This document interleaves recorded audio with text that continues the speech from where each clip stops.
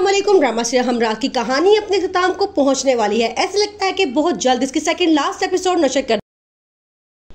साइम को जब सारी हकीकत का पता चलता है तो वो बहुत शर्मिंदा होता है।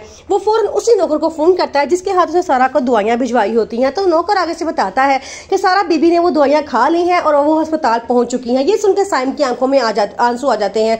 वो फौरन उसी अस्पताल पहुंचता है जहां सारा होती है। जब वो जाके सारा का पता करवाता है तो पता चलता है पीछे वार्ड में सारा मौजूद है। वहां पे सारा के रोने और चीखने की आवाज सुन के अब फराज की आंखों में, साइम की आंखों में आंसू आ जाते हैं। सारा के घर वालों को सारी हकीकत का पता चल जाता है कि सारा ने जबरदस्ती अपने बच्चे को मारा है। अहमद जब थका हुआ घर आता है तो पूछता है कि मम्मा सारा कहाँ है। उसकी मम्मा बताती हैं कि सारा अपने मैके रात ही चली गई थी और तुम्हें पता है उसने अपने बच्चे को मार दिया है। ये बात सुन के अहमद कहता है नहीं, ऐसा कभी नहीं हो सकता, सारा ऐसा कोई काम नहीं कर सकती। लेकिन उसकी मम्मा बताती हैं तुम्हारी सारा ये काम कर चुकी है। अब अहमद कहता है कि अब उसने कोई गुंजाइश नहीं छोड़ी कि हमारा रिश्ता आगे चले, अब मैं उसको तलाक दे दूंगा। उसकी मम्मा भी उसको बहुत समझाती है कि इस लड़की के साथ गुजारा करने से बेहतर है तुम इससे अलहदगी इख्तियार कर लो, क्योंकि इसके पीछे इतने दुश्मन पड़े हैं और हमें तुम्हारी जान की परवाह है। ये कैसी माँ है, इसने अपने बच्चे को तो मार दिया है, क्या पता ये तुम्हारे बच्चे को भी मार दे।